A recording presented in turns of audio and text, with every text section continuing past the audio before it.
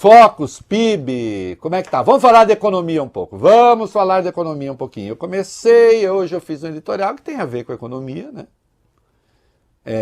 E vamos continuar com a economia. É importante. Vai lá.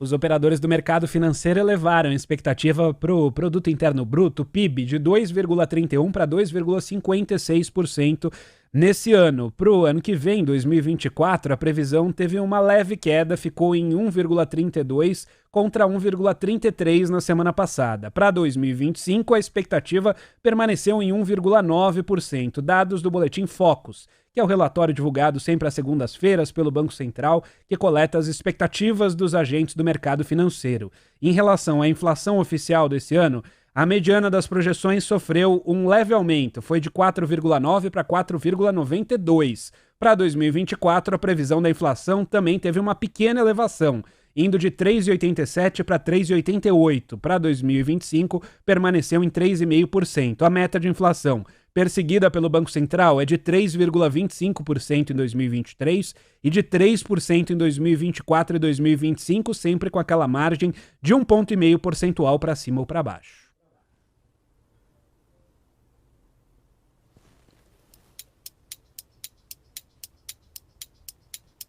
Meu silêncio eloquente.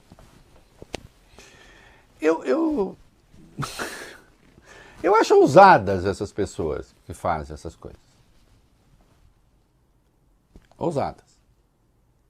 Porque veja só, nós estamos em agosto. Em maio, o presidente Lula deu uma entrevista, acho que foi uma rádio em Goiás. Ele falou, a economia vai crescer pelo menos 2,5%, talvez mais. O Lula. Mas Lula é político. O político quer estar no governo, quer que a economia cresça. A perspectiva dos tais mercados era muito menor do que isso.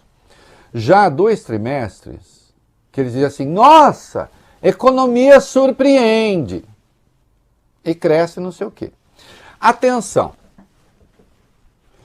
Pouco antes de sair os números do segundo trimestre, esses que estão prevendo coisas até 2087 aqui, é uma hipérbole, um exagero, diziam que o PIB no trimestre ia crescer quanto, Valio Bene? 0,3%. E cresceu quanto? 0,9%. Apenas 3 vezes a previsão. Então eu acho realmente fabuloso gente que errou tão feio num espaço de 3 meses ousar fazer essas previsões com 2 anos de antecedência. Sem ter pedido desculpas pelas as zagadas que previram. Zagadas, você entendeu, né? Até outro dia. Que método é esse que eles usam? O método com que eles estão prevendo isso tudo aqui é o mesmo que eles usaram para prever o PIB do segundo trimestre e do primeiro trimestre? Com erros tão cavalares, tão absurdos? Sabe por quê? Porque depois o presidente do Banco Central dá entrevista e diz, e eu gosto que ele faz aquele estilo meio assim, existencialista, aborrecido, viu, Larissa? Ele faz meio assim, porque é preciso ver as expectativas e tal, e aí ele faz aquele ar assim. Coisa sotaque dele, não, pode falar do meu sotaque caipira, não é isso. É esse ar meio entediado assim. Aí ele faz as expectativas. Tá bom, as expectativas são essas. Não são lá grande coisa, né? Pro ano que vem, pro outro. Mas o método com que se chegou a esses números é o mesmo método com que se chegou ao PIB do trimestre passado e ao PIB do primeiro trimestre? Hein? Se não vale nada. Pode ser até que vocês acertem. Mas o relógio, esse meu relógio que na verdade ele é o formato de um Van Gogh, tá?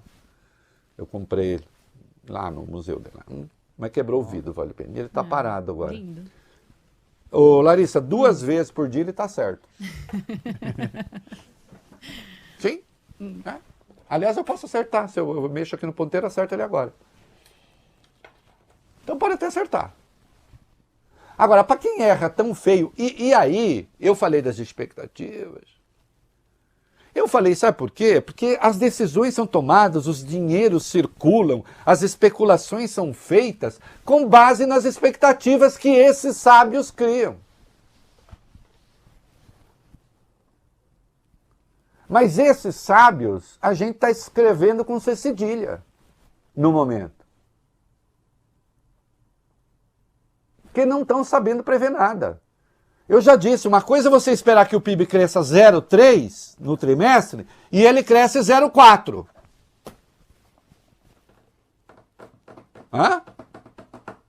Percentualmente já é um erro importante, mas outra coisa é você esperar que ele cresça 0,3 e ele cresce 0,9. Ou então no começo do ano falar que a economia ia crescer 1 pouco por cento e depois vai crescer 3. Não é? Então, mas é que os fatores que determinaram o crescimento de agora não vão se repetir. O problema é que vocês não souberam prever os fatores de agora. Também. Não, eu não estou fazendo profissão de fé contra a ciência, eu não sou isso não. Mas eu estou dizendo que economia não é a ciência exata. A economia não é nem o estudo lá do vírus. Olha o vírus aqui. Olha, tem a coroa, é um corona. Tá. Vai dar cloroquina? Não, é um antiprotozoário, não serve para vírus. Isso é conhecimento científico. E se der antiprotozoário? Não vai adiantar nada. Agora, isso aqui não. Então tem alguma coisa aí que vocês não estão sabendo prever, vocês esses que não são acadêmicos, que não é gente de universidade, que não é gente que estuda teoria econômica, é gente que opera no mercado. É pecado operar no mercado? Não! Parabéns, que operar no mercado, vamos operar no mercado, eu não tenho nada contra.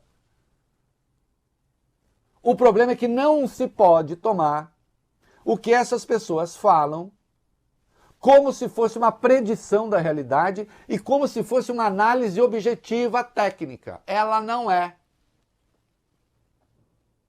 Ela é uma análise interessada.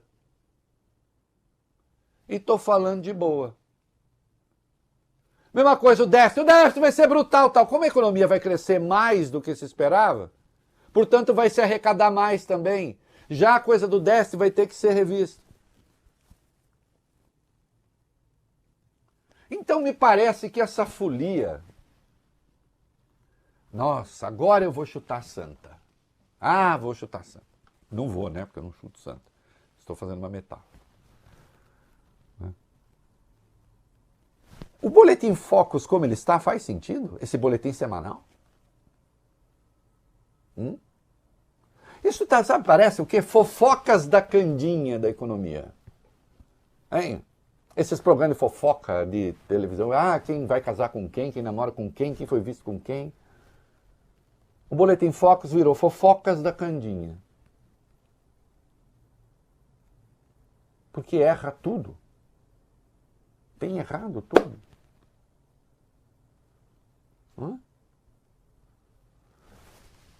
É preciso que o jornalismo busque outras fontes para falar sobre economia. E é preciso rever esse método de ficar fazendo esses boletins que, no fim das contas, só servem à especulação.